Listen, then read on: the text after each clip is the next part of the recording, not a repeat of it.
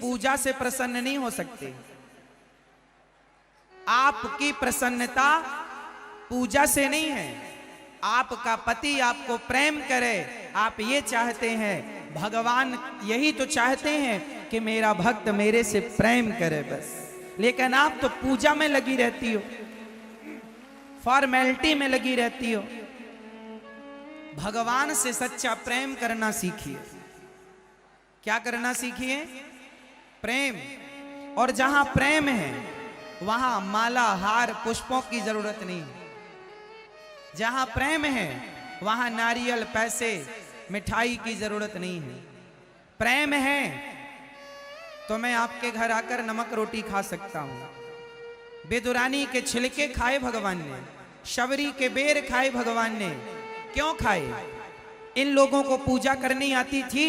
इन लोगों को, शबरी को, बेदुरानी को, केवट को, इनको पूजा करनी नहीं आती थी। इनको तो राम से प्रेम करना आता था बस। तो आप कब सीखेंगे वो प्रेम जिससे भगवान मिलते हैं? आप लोग उलझे रहते हैं फॉर्मेलिटी में, औपचारिकताओं में। ये कर लो, ये कर लो। भगवान के लिए आप सिंदूर मिल जाए तो पोत देते हैं। नंदी के मुंह में मिठाई चिपका देती हैं माताएं। माता जी के माथे पर सिंदूर, माता जी के शेर में मिठाई चिपका देती हैं उसके मुंह में। आपकी पूजा, आपके पूजा का कोई अर्थ नहीं है, आपके प्रेम का अर्थ है। बोलो मेरी मां, पूजा बड़ी के प्रेम। इसलिए भगवान से क्या करेंगे? प्रेम। अच्छा, प्रेम कितना करेंगे? जरा बताओ, भगवान से प्रेम कितना करेंगे? जितना अपने बेटे से प्रेम करते हैं आप लोग, जितना प्रेम आप अपनी पत्नी, पति, परिवार से करते हैं, इसका आधा भी प्रेम कोई भगवान से कर ले तो नैया पार हो जाएगी।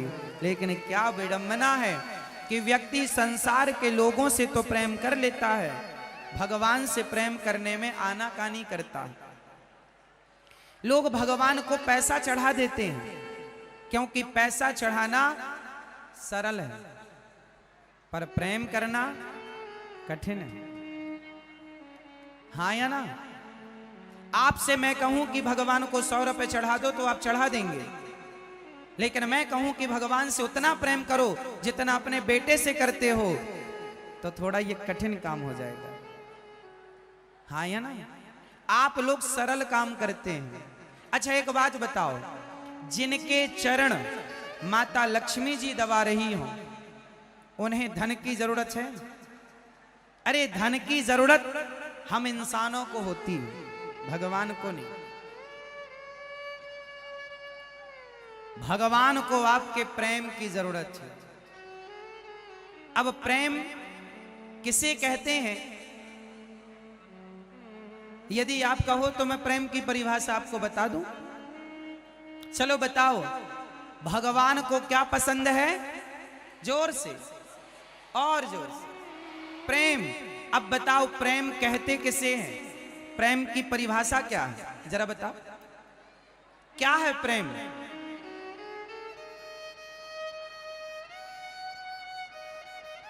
क्या है प्रेम?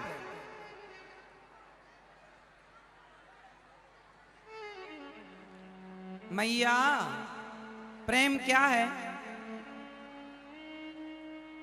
किसे कहते हैं प्रेम?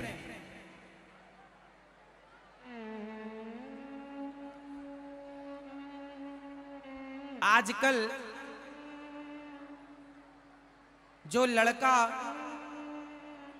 जो लड़की स्कूलों में, कॉलेजों में जो प्रेम करते हैं, क्या वो प्रेम है? लेकर के भाग जाते हैं एक दूसरे को, कहते हैं कि हम प्यार करते हैं। क्या इसका नाम प्रेम है? प्यार है? बोलो हाँ या ना, जोर से। एक लड़की ने एक लड़के से प्यार किया, वो लड़का लड़की एक साथ रहने लग गए। बड़े शहर की घटना है। दोनों पति पत्नी की तरह रहने लगे। तो लड़की ने कहा कि चलो अब अपन शादी कर लेते हैं। तो लड़के ने कहा हम शादी नहीं कर सकते तुम्हारे संग। अरे तो तुम तो हमारे संग पति की तरह रह रहे हो, हमारे शरीर का शोषण कर रहे हो। जब लड़की ने दबाव बनाया कि अब तुम्हें हमसे ही शादी करनी पड़ेगी, तो उस लड़के ने उस लड़की के 35 टुकड़े कर दिए, शरीर के टुकड़े टुकड़े कर दिए, मार डाला। अब बताओ क्या ये प्रेम था? जोर से। जबकि उस लड़की ने उस लड़के से क्या किया? प्रेम किया। और उसने भी शुरू में क्या कहा कि हम तुम्हें प्रेम करते हैं, तब तो बात आगे बढ़ी। लेकिन परिणाम क्या हुआ? जिसे आप प्रेम कहती हो मेरी बहनों, जिसे आप प्रेम कहते हो वो प्रेम नहीं, वासना है। क्या है? सिर्फ वासना, सिर्फ हवस पूरी करनी है व्यक्ति को। और आप इस वासना के चक्कर में उलझ जाती हो। आज के पढ़े लिखे लड़के, पढ़ी लिखी लड़कियां, कुछ लोग, कुछ लड़के, कुछ लड़कियां अपनी वासनाओं को प्रेम का मुखौटा पहना देते हैं, प्रेम का पर्दा डालने की कोशिश करते हैं ताकि हमारी वासना प्रेम जैसी नजर आए। तुम्हारा स्कूल का, कॉलेज का जो प्रेम है वो प्रेम नहीं है, सिर्फ शरीर का आकर्षण है, जवानी का एक रिएक्शन है ये जो होता है। इसलिए संस्कार चाहिए होते हैं। इसलिए आप अपनी पढ़ाई के समय पढ़ाई करो और विवाह करने के बाद अपने शरीर को किसी, जब शादी होती है ना तो स्त्री के शरीर को उसका पति टच करता है, स्पर्श करता है। यदि तुम्हारे शरीर को किसी पर पुरुष ने स्पर्श कर लिया तो किसी के शरीर को कोई भी स्पर्श कर रहा हो तो उस स्त्री को वैश्या कहा जाता है। यदि तुम्हारे शरीर को कोई भी टच कर ले, कोई भी आके तुम्हारे शरीर को टच करके चला जाए तो ये लक्षण पतिव्रता नारी के नहीं हो सकते। ये तो कोई वैश्या के काम है। तो तुम पढ़ने गई हो अपना चरित्र बिगाड़ने नहीं। इसलिए शिक्षा जितनी जरूरी है उस शिक्षा से कहीं ज्यादा जरूरी आपका कैरेक्टर है, आपका चरित्र है। वो शिक्षा किस काम की? जिस शिक्षा में आपने अपने चरित्र को बिगाड़ लिया। इसलिए आपका चरित्र आपकी सबसे बड़ी संपत्ति है। घास की झोपड़ी में गुजारा हो सकता है, लेकिन चरित्रहीन स्त्री यदि सोने के महलों में रहती हो और चरित्रवान स्त्री घास की झोपड़ी में रहती हो, तो बताओ आप लोगों के हिसाब से बड़ी कौन हुई? घास में रहने वाली स्त्री यदि पतिव्रता है तो वो भले घास की झोपड़ी में रहती है, लेकिन वो सबसे बड़ी है। और वैश्या महलों में भी रहती हो तो वैश्या ही तो है। इसलिए कीमत सोना और चांदी की नहीं है मेरी मां। सोने की दीवार तुम्हारी घर में क्यों ना हो, लेकिन तुम्हारा चरित्र अच्छा नहीं है तो क्या करेगा जमाना तुम्हारे सोने और चांदी का। इसलिए कीमती है तो सोना नहीं, चांदी नहीं, तुम्हारा जोर से, क्या जोर से नहीं बोलना आ रहा है? क्या कीमती है? चरित्र। हमारा देश वो देश है जहां चरित्र सुने जाते हैं और चरित्र गाए जाते हैं। राम का क्या सुना जाता है, क्या गाया जाता है? रामचरित्र मानस, राम का चरित्र कहा जाता है और राम का चरित्र सुना जाता है। हमारे यहाँ पूजा किसकी है? रावण तो सोने की लंका में रहता था, राम की झोपड़ी में 14 साल रहे, लेकिन पूजा रावण की नहीं होती। पूजा क्योंकि रावण चरित्रहीन था और राम, जोर से अरे बोलो मेरी मां, राम चरित्रवान थे। राम कैसे थे? चरित्रवान, और रावण चरित्रहीन। पूजा किसकी? क्यों? क्योंकि पूजा राम की नहीं, राम के चरित्र की पूजा है। हमारे यहां चरित्र पूज्य है। राम चरित्र सुनवे कौन रसिया, राम चरित्र सुनवे कौन रसिया, और राम लखन सीता मन बसिया। चरित्र। तो आज की जो मेरी बहन बेटियां, मेरे नौजवान दोस्त भाई जो कॉलेज को, स्कूल, यूनिवर्सिटी इत्यादि जाते हैं पढ़ने के लिए, पढ़ना अच्छा है, पढ़ना जरूरी है, पर कहीं आपका चरित्र ना चला जाए, इसका ख्याल रखिएगा। आजकल की लड़की और आजकल के कुछ लड़के, कुछ लड़कियां, एक लड़का मेरे पास आया, महाराज जी मैं इस लड़की से प्यार करता हूं, शादी करना चाहता हूं। मैंने कहा कर लो। बोले महाराज जी हमारी माँ तैयार नहीं है, पिताजी तैयार नहीं है। तो मैंने कहा भाई मत कर, जब तेरे माँ बाप तैयार नहीं है तो शादी करने से कोई लाभ नहीं है। नहीं महाराज जी मैं शादी इसी लड़की से करूंगा। मैंने कहा शादी करेगा फिर तेरे माँ बाप का क्या होगा? बोला मैं अपने माँ बाप को छोड़ दूंगा और अपने माँ बाप को छोड़कर मैं दूसरे शहर चला जाऊंगा। मैंने उस लड़की की तरफ देखा, मैंने उस लड़की से कहा बहन देख रही है, जो आदमी, जो पुरुष अपने माँ बाप का सगा ना हो सका, जो उसे छोड़ सकता है, वो तुझे कभी भी छोड़ सकता है। इसके चक्कर में ना पड़ना। जो अपने माँ बाप का सगा ना हो सका या सगा सगी ना हो सकी, वो तुम्हारी और तुम्हारा क्या सगा होंगे। इसलिए इन लोगों के चक्कर में ना पड़ा करो। माँ बाप, अच्छा एक बात बताओ, सबसे पहला प्यार क्या होता है? लोग कहते हैं पहला प्यार भुलाया नहीं जाता। तो बताओ सबका पहला प्यार क्या है? कौन है? आपने सबसे पहली बार प्यार किससे किया था? जोर से बोलना। सबसे पहला प्यार कौन है? जोर से। जब हम छोटे से थे तो सबसे पहले प्यार किससे हुआ था? माता से। फिर प्यार हुआ पिता से, फिर प्यार हुआ भाई से, फिर प्यार हुआ बहन से, जो थे। हम सबका पहला प्यार माँ होती है। हम पहले माँ को पहचानते हैं, बाद में बाप को पहचानते हैं। माँ बताती है कि ये तुम्हारे पिता हैं, हाँ या ना? सबका पहला प्यार माँ होती है। लेकिन सोचो कि वो लड़के, वो लड़कियां अपनी माँ के प्यार को ठुकरा कर किसी लड़के और किसी लड़की के पीछे भाग जाते हैं और कहते हैं कि हम प्यार करते हैं। अरे प्यार करना तुमने सीखा ही नहीं। प्यार कभी ये थोड़ी कहता है कि तुम अपनी माँ बाप को, माँ बाप के प्यार को ठुकरा दो और किसी दो कौड़ी के लड़के के साथ भाग जाओ। जो तुम्हें 2 साल पहले लड़का मिला, जो लड़की तुम्हें 3-4 साल पहले मिली, उससे तुम इतना प्यार करने लग गए कि 20 साल पहले जो तुम्हें माँ मिली उसका प्यार भूल गए। ये कैसा प्यार है? ये कैसी परिभाषा है प्यार की? ये लड़का और लड़कियों का जो प्यार है, ये प्यार नहीं, केवल वासना।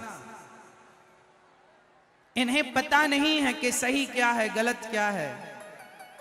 शरीर की हवस पूरी करके आजकल समाज में ऐसे लोग हैं जो प्यार के नाम पर, शादी के नाम पर लड़कियों को बरगलाकर उनका शोषण करते हैं और बाद में उन्हें च्युइंगम की तरह चबा करके थूक देते हैं। इसलिए यहां जितनी मेरी बहन बेटियां बैठी हैं, आपका भाई होने के नाते कहता हूं, किसी लड़के के चक्कर में ना पड़ना। कोई तुमसे कहे कि मैं तुमसे प्यार करता हूं, तो पलट कर जरूर जवाब देना कि तुम्हारे प्यार की तुम्हारे माँ बाप को बहुत जरूरत है। पहले अपने माँ बाप से प्यार कर लो। हम यहाँ पढ़ने आए हैं, प्यार व्यार करने नहीं आए। इसलिए प्यार के नाम पर आज कुछ लड़कियों को ठग लिया जाता है, कुछ लड़के उन्हें अपना शिकार बना लेते हैं, प्यार के नाम का शोषण करते हैं, शादी का झांसा दे दे करके उनके शरीर का शोषण करते हैं। क्यों ऐसा होने देती हो आप? इसलिए आपकी जागरूकता जरूरी है, जागरूक हो जाइएगा। किसी भी व्यक्ति को इतना अधिकार ना दीजिए कि वो आपके शरीर को टच करने लग जाए। आज वो आपके हाथ को टच करेगा, कल आपके कंधे को टच करेगा, फिर शरीर के किसी भी अंग को टच कर सकता है। इतना अधिकार देते क्यों हैं? कई बार आपके मजाक के नाम पर आपके शरीर को कुछ लोग टच कर लेते हैं। और ऐसा लड़कियों के साथ कॉलेजों की पढ़ाई के दौरान होता है कि लड़के आपकी दोस्ती के नाम पर आपके शरीर को मजाक के नाम पर टच करते हैं, और कई बार वो मजाक किसी और दिशा पर चली जाती है, आपका शोषण हो जाता है। जागो, कब जागोगी?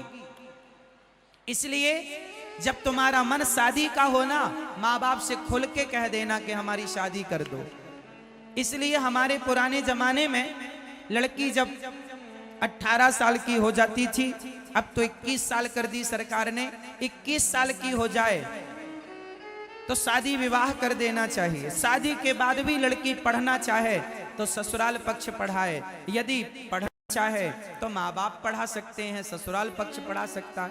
पढ़ने लिखने की तो मनाही नहीं है, पर जो व्यवस्थाएं हैं वो सिस्टमैटिक चले। अच्छा एक बात बताओ, एक लड़की किसी भी लड़के से प्यार कर लेती है, क्या किसी से भी प्यार करना सही है? किसी के साथ भागकर चली गई ना, किसी के साथ भागना नहीं है। माँ बाप का सम्मान होता है समाज में, माँ बाप की इच्छाएं होती हैं, कुछ इज्जत होती है। जब लड़की किसी लड़के के साथ भाग जाती है तो आपके माता पिता को समाज ताना मारता है, ताने मारता है, तेरी लड़की भाग गई, तेरी बेटी भाग गई, तेरा बेटा भाग गया। समाज ताने मारता है। तुम्हारे माँ बाप की गलती क्या थी? एक लड़की को एक माता पिता को मैं जानता हूं, वो गांव के रहने वाले माता पिता थे। एक लड़की थी, कोई नहीं था, ना बेटा था ना दूसरी लड़की थी, एक लौती बेटी थी। माता पिता बेचारे गांव से, ऐसे ही कोई गांव था जैसे आपका गांव है, ऐसे ही गांव से वो अपनी बेटी को लेकर बड़े शहर चले गए। वहां उसके पिता ने रिक्शा चलाना शुरू किया, 2 पैसा बचाए और अपनी बेटी को अच्छे से अच्छे कॉलेज में वो पढ़ाना चाहता था, बड़े पद पर ले जाना चाहता था। उस बाप के, उसकी माँ के बड़े बड़े सपने। माँ बर्तन धुलती घर घर जाकर, बाप रिक्शा चलाता, पैसे इकट्ठे करते और बेटी को अच्छे से अच्छा पढ़ाते, उसकी हर जरूरतें पूरी करते। एक दिन उस लड़की को किसी लड़के से प्यार हो गया। ये बिल्कुल सच्ची घटना सुना रहा हूं, बिल्कुल आंखों देखी घटना। जिस लड़की ने ऐसा किया, उसकी मां ने ये बात मुझे रो रो करके बताई थी। सालों हो गए, ये सच्ची घटना एक माँ के साथ घटी, वो मैं आपको सुना रहा हूं। एक माँ जो सबके घर बर्तन धुलने और झाड़ू लगाने जाती, 2 पैसे बचाकर बेटी को पढ़ाती। एक दिन लड़की को किसी लड़के से प्यार हो गया। माँ ने पूछा, माँ को शक हो गया। जब वो फोन पर बात करती ना, तो माँ को लगा कि मेरी बेटी का लगता है कोई चक्कर है। तो माँ ने पूछा, बेटा क्या है, तेरे को कोई लड़का पसंद हो तो बताना, हम तेरी शादी करा देंगे, लेकिन तू हमें छोड़ के भागना मत। उसने, बेटी ने कहा, माँ मैं कोई ऐसी लड़की थोड़ी हूं जो आपको धोखा देकर चली जाऊंगी ना। माँ बाप को विश्वास, अच्छा माँ बाप को अपनी औलाद पर ही तो सबसे ज्यादा विश्वास होता है। बताओ, माँ बाप को विश्वास किस पर ज्यादा है? अरे अपने बच्चों पर ही तो विश्वास होता है, और होता किस पर है? तो माँ बाप को विश्वास था कि मेरी बेटी कभी गलत रास्ते पर नहीं जाएगी। अंत में क्या हुआ? उस लड़की ने, जिस लड़के से वो प्यार व्यार करती थी, उस लड़के के साथ भाग गई। जबकि माँ बाप बड़े भोले थे, सीधे थे। कहा था बेटी बताना, पर उसे लगा कि मैं बताऊंगी तो माँ बाप विरोध करेंगे, पर मैं तो प्यार करती हूं इससे, इसके बिना रह नहीं सकती। जिस माँ बाप ने तुम्हें जी जान से प्यार किया, क्या तुमने कभी उनके बारे में सोचा कि वो माँ बाप तुम्हारे बिना कैसे रहेंगे? तुम्हें उस लड़के का तो ख्याल है कि मैं इसके बिना और ये मेरे बिना कैसे रहेगा, लेकिन अपने माँ बाप का ख्याल नहीं आया कि वो तुम्हारे बिना कैसे रहेंगे। वो लड़की भाग गई। अब वो माँ मेरे पास आई, रोने लगी, महाराज मैंने इतने सपने संजोए, अब मैं क्या मुंह लेकर गांव जाऊं? गांव जाऊंगी, ताने मारते हैं गांव वाले, लो बड़ा बेटी को पढ़ाने गई थी, भाग गई तेरी बेटी। सारा गांव ताने मारता है। ऐसे में क्या होता है कि एक माँ बाप अपनी बेटी के लिए इतना अच्छा सपना देखते हैं, और जब वो बेटी भाग जाती है ना, तो जो 10-20 माता पिता और होते हैं, वो अपनी बेटी को उसी नजर से देखने लगते हैं कि कल को कहीं हमारी बेटी तो नहीं भाग जाएगी।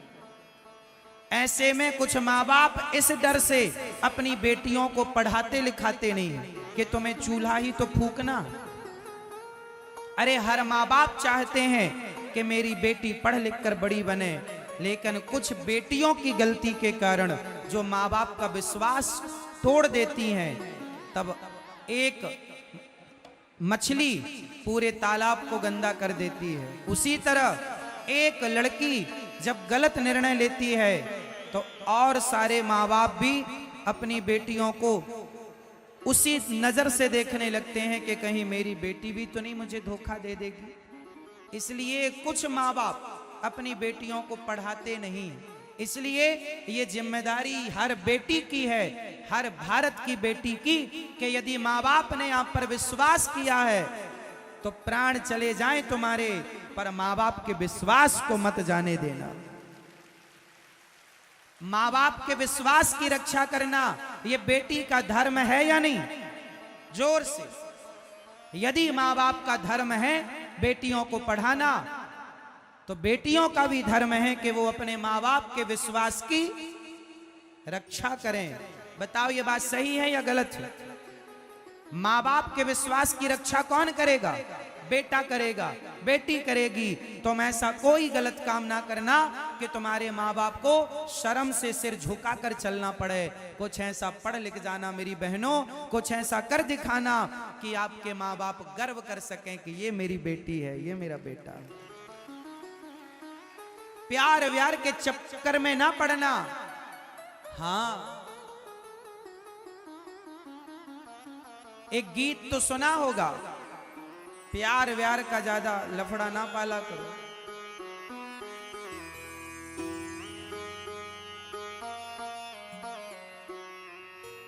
कसमे वादे प्यार वफा सब बातें हैं, बातों का क्या। कोई आपसे कहे कि हम तुमसे प्यार करते हैं, तुम्हें कोई आई लव यू कहे तो उसका आई लव यू से वापस कर दिया करिए, ले तेरा आई लव यू रख। हम तेरे से नहीं, हम अपनी पढ़ाई से प्यार करते हैं, पढ़ेंगे लिखेंगे। तुम्हें लड़का पसंद आए तो अपने माँ बाप को बताओ, योग्य लड़का है तो लड़की का विवाह करा दो। माँ बाप से कह रहा हूं, यदि तुम्हारी बेटी को कोई अच्छा लड़का पसंद है, तुम उसका देख लो, पूरा बायोडाटा चेक कर लो, बैकग्राउंड चेक कर लो, अच्छा है तो करा दो। यदि अच्छा नहीं है तो समझा दो अपनी बेटी को कि बेटी ये सही नहीं है। विवाह कहाँ होना चाहिए? हमारे यहाँ व्यवस्था बनी है, ब्राह्मणों का विवाह ब्राह्मणों में होना चाहिए, क्षत्रियों का विवाह क्षत्रियों में होना चाहिए, वैश्यों का विवाह वैश्यों में, और शूद्र का विवाह शूद्रों में। विवाह की ये व्यवस्था है, इस व्यवस्था को फॉलो करना पड़ेगा। अब आप कहें महाराज जी किसी से भी प्यार कर लें ना, किसी से प्यार करने के साइड इफेक्ट क्या है, नुकसान क्या है, जरा समझो। ब्राह्मण एक विचारधारा है, क्षत्रिय एक विचारधारा है। अब जैसे एक उदाहरण मैं आपको देता हूं, एक हिंदू लड़की है, एक मुसलमान लड़के से विवाह कर लिया। फॉर एग्जाम्पल, मैं उदाहरण के तौर पर यह बात आपको समझा रहा हूं, अभी इसका रिएक्शन क्या होगा जरा समझिएगा। एक हिंदू लड़की है, अच्छा हिंदुओं के घर में क्या होता है, ओ भैया, ओ हेलमेट वाले भैया, ओ सरकार, जाओ जल्दी या बैठ जाओ, जाओ या बैठो, खड़े ना रहो। सुनो एक बात बताओ, हिंदुओं के घर में गाय को क्या माना जाता है, जोर से बताना। हिंदू लड़की गाय को क्या मानती है, कौन? गाय हमारी माता है। हिंदू लड़की, जैसे कि हिंदू लड़की गाय को माता मानती है, गाय की पूजा करती है, लेकिन मुसलमान गाय को काट करके खा जाता है। अब जो हिंदू लड़की मुसलमान लड़के से विवाह करती है, तो तुमने तो कल तक गाय की आरती उतारी है, अब मुसलमान की बहू बन के चली गई, तो कल को वो गाय तुम्हारे सामने लाकर खड़ा करेगा, तुम्हारे सामने काटेगा और तुम्हारे सामने मांस निकाल के तुम्हें देगा कि लो पकाओ, और तुम्हें कहेगा खाओ। बताओ, जो गाय को माता मानती थी लड़की, क्या वो गाय का मांस खा सकती है? बोलो। इसलिए कहा जाता है कि गाय को माता मैं मानता हूं, तो गाय को माता तुम भी मानो। उस घर में भी गाय को माता माना जाता हो। जब तुम्हारा और हमारा ये विवाह संपन्न होगा, तो हमारे तुम्हारे विचार मिल जाएंगे, और विचारों के मिलने से वैवाहिक जीवन सुखद गुजरेगा। अब आपके विचार मिल ही नहीं रहे हैं। तुम गाय को माता मानती हो, वो गाय को काटते हैं, अब बताओ विचार मिले? तो अब वहां विवाह कैसे होगा? इसलिए विवाह वहां होना चाहिए जहां आपकी परंपराएं और सामने वाले की परंपराएं लगभग सेम हो, एक सी हो। थोड़ा 19-20 चलता है, इसलिए ब्राह्मणों की परंपराएं ब्राह्मण लोग समझते हैं, क्षत्रियों की परंपराएं क्षत्रिय लोग समझते हैं। तो क्षत्रिय लड़की क्षत्रिय घर में जाएगी तो वहां पर उसे कठिनाई नहीं जाएगी। वैश्य की लड़की वैश्य के घर जाएगी, कठिनाई नहीं जाएगी। शूद्र की लड़की शूद्र के घर जाएगी। हिंदुओं की लड़कियां हिंदुओं के घर जाएंगी। अब हिंदुओं की लड़की मुसलमान के घर जाए तो भैया कितनी कठिनाई आएगी। गाय का मांस तुम कैसे खाओगी? फिर इसलिए कहते हैं विवाह सब जगह नहीं हो सकता। जो लोग सब जगह मनमाने ढंग से विवाह कर लेते हैं, बाद में उनका परिणाम क्या होता है ये देख लो। कितने दिन आपको सुखपूर्वक आपको वो जबरदस्ती मुंह में गाय का मांस ठूसेंगे, खाओ। इसलिए कुछ लोग तो ऐसे हैं जो लड़कियों से विवाह करते हैं, हिंदू लड़कियों से, और दूसरे देशों में जाकर 2, 5, 10, 20 लाख में वो लड़कियां बेच करके आ जाते हैं। उनका धंधा है, आज तुम्हें फंसाया, कल दूसरे को फंसाएंगे, तीसरे को फंसाएंगे। इसी को कहते हैं लव जिहाद। इसी का नाम है तुमसे प्यार किया, तुम तो भोली हो, तुम्हें लगा नहीं सारे लड़के ऐसे नहीं होते। नहीं जी, लगभग सारे ऐसे हैं। क्यों तुम्हें किसी से विवाह करना है? जहां मां बाप कहें वहां कर लो, क्या बुराई है? तुम्हें कल को बेच देंगे, कौन जिम्मेदार होगा?